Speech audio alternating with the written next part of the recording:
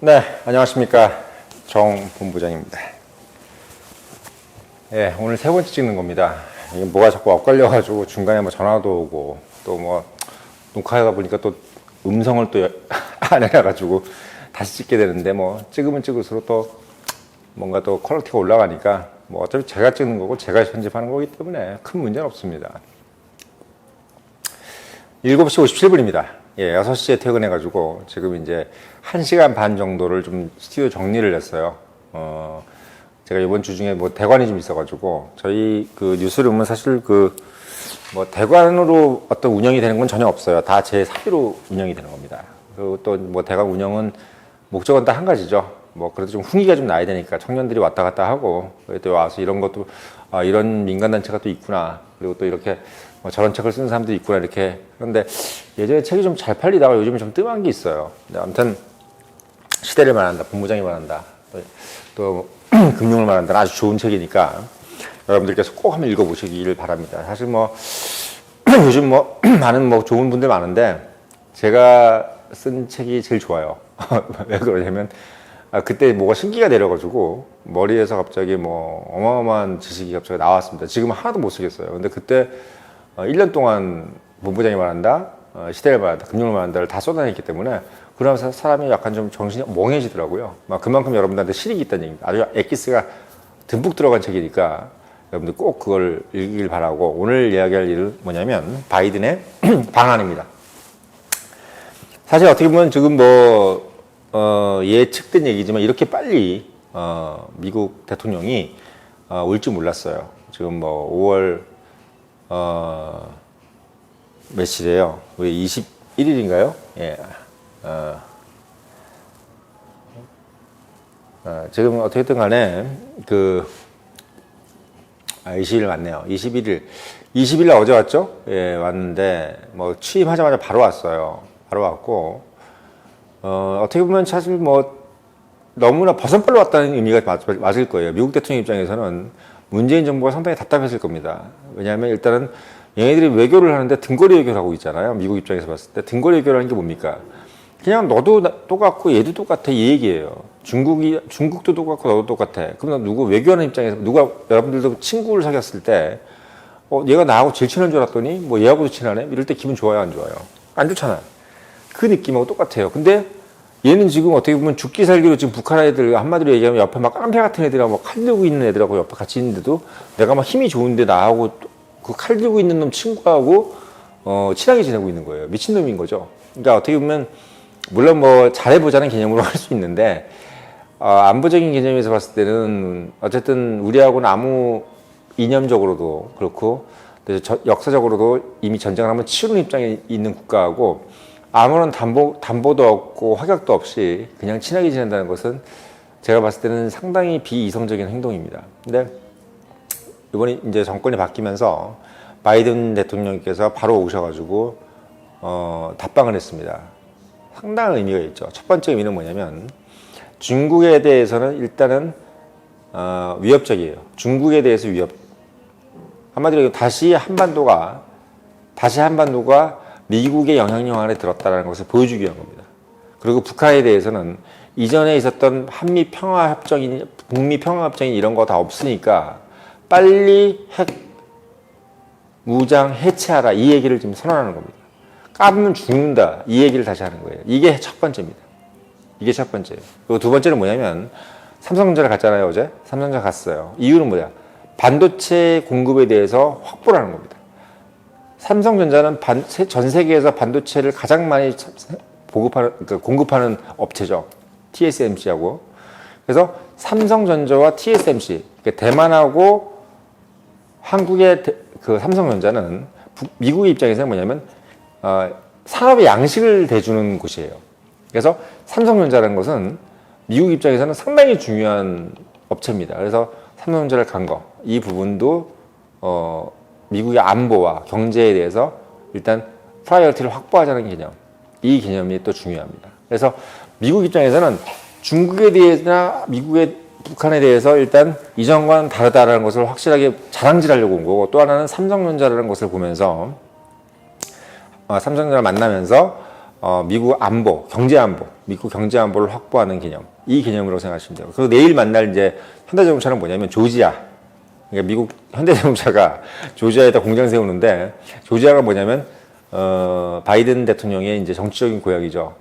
본인이 거기 이제 출신이잖아요. 그래서 이제 조지아가 이제 조지아의 자기 고향에 이제 공장 세워달라 이거죠. 그래서 지금 뭐 6억 달러인가요? 뭐 그 정도를 지금 쓰기로 돼 있는 것 같은데 뭐 상당히 어떻게 보면 약간 개인적인 요구일 수도 있어. 삼성전자는 상당히 국가적인 얘기인 거고 현대자동차 얘기는 뭐냐면 미국 바이든 대통령에 대한 그야말로 편의를 봐주는 거예요. 그래서 어떻게 보면 저기선 뭐 회장이 어차피 하기로 했겠지만 전기차 뭐 거기 만들기로 했는데 아무튼 뭐 현대도 뭐 전기차 만들기로 했으니까 뭐 수소차에서 전기차 바꿨죠.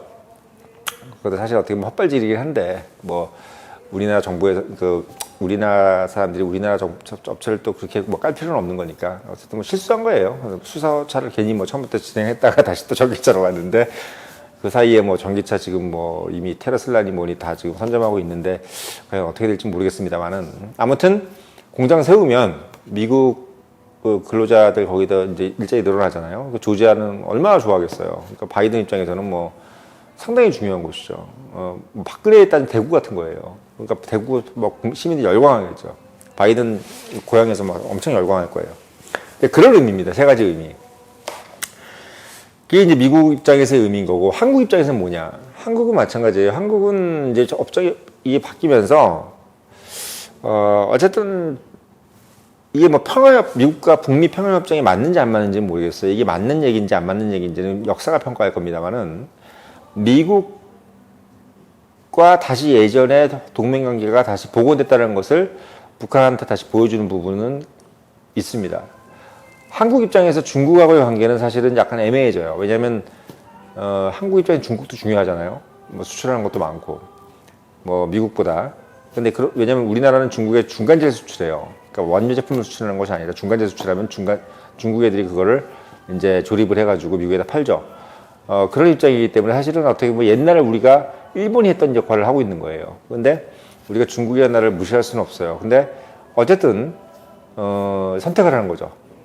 미국을 선택한 거예요. 그래서 중국이라는 나라한테 너희들이 2등인 것은 어쩔 수 없다라는 것을 보여주는 부분도 있습니다. 이건 사실 어떻게 보면은 우리가 그렇게 흔쾌한 부분은 아니겠어요. 근데 북한의 문제는 좀 틀립니다. 북한은 뭐냐면 이것 또한 선택의 문제이긴 하지만 문재인 정부 때는 어떤 개념이었냐면 그러니까 자주 외교죠. 그러니까 북한하고 한국이 자체적으로 어떻게 보면 민족이라는 개념을 집어넣는 거예요. 근데 이제 이전 보수 정권 지금 이제 어떻게 보면 이제 국민의힘 정권은 뭐냐면 민족이라는 개념보다 더 중요한 것은 자유민주주의예요. 그러니까 민주정부를 이룩하는 것이 더 중요한 거예요. 뭐 이게 민족이 갖고 이게 중요한 게 아니라는 거죠. 사실 어떻게 보면 맞는 말이에요. 뭐 어떻게 보면 유럽도 게르만족이라는 것이 다 한 국가가 아니란 말이죠. 오스트리아도 게르만이고 뭐. 근데 그게 다 한 국가가 아니에요. 네덜란드도 게르만이에요. 근데 뭐 다른 나라죠. 이런 것처럼 왜? 뭐 나라의 어떤 그 근간이 틀리기 때문에.